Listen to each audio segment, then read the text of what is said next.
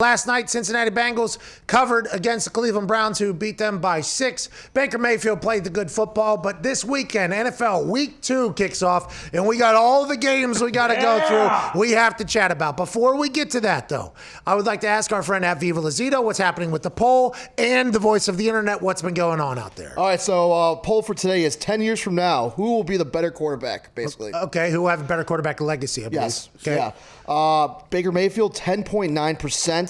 Joey Burrow, 89.1%. It is a landslide. So everybody, there's been 3,000 votes, 3,300 votes roughly. 89.1% say Joey B, 10 years from now, will have a better quarterback legacy than Baker Mayfield. That must mean that these people think that Baker Mayfield's probably not going to be a Brown for much longer, and then if that means probably going to be a backup quarterback at some point, maybe, or whatever. I think after last night was maybe his best performance as an NFL quarterback that I can remember, maybe since night one. On the run, dropping dimes, handing the ball off to two studs, kind of managing the game. He threw that one stupid pick that you can't throw in the fourth quarter. Got to get rid of that. But I think that was Baker's best football game, and 89.1% of people on the internet just saying, he's going to stink 10 years from now. Joey Burrow is going to be the guy. Because it's Baker and because of the mistakes he makes and stuff like that, sometimes you forget how good of a ball and how good his arm strength is. Like, I am impressed how well the ball was coming out last night. Last year was just weird to watch him play football. Bad year. It was just bad. Balls are wobbly. Behind guys. It looked like he didn't even – it looked like he hated football at some point, which, by the way, if you're just losing and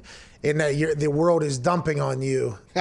Doing commercials. But you're killing in commercials. It's going to be, that was all alleged, and we believe it. This show firmly that it didn't happen. Yeah.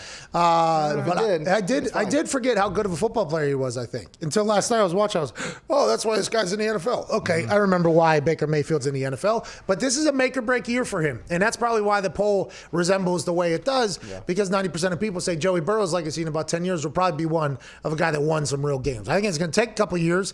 I think the AFC North is going to be problematic for at least the next 2 years, with Ben Roethlisberger probably playing for at least another 2. Lamar Jackson seems like he's only heating up. So the Bengals and Browns have an uphill battle in their own division, and there isn't a lot of times where 3 teams from one division make the playoffs. That's just not the way it goes. So the Bengals and Browns are not in a great spot, but everybody believes that Joey Burrow in about 10 years from now, his quarterback legacy is going to be great, and that's because we're 2 games in, and just in the second game, he threw the ball 61 times.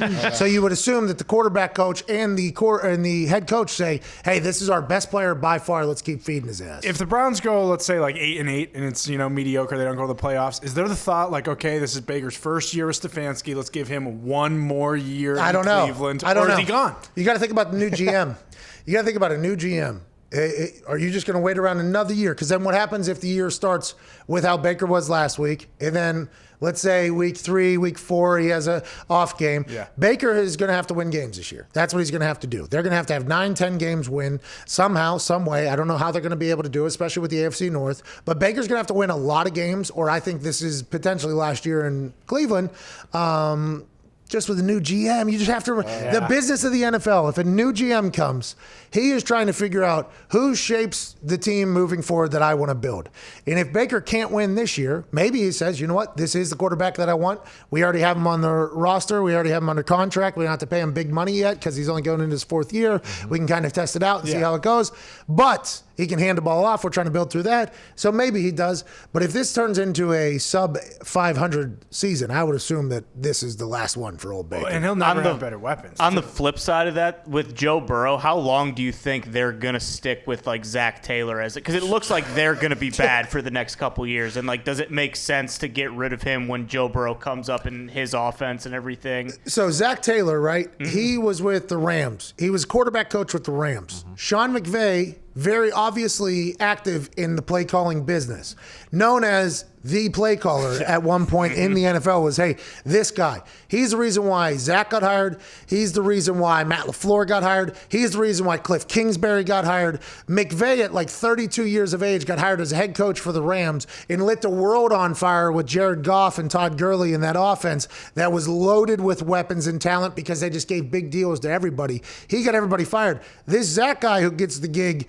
with the Cincinnati Bengals last year. They're trying to win. They lose the most out of anybody.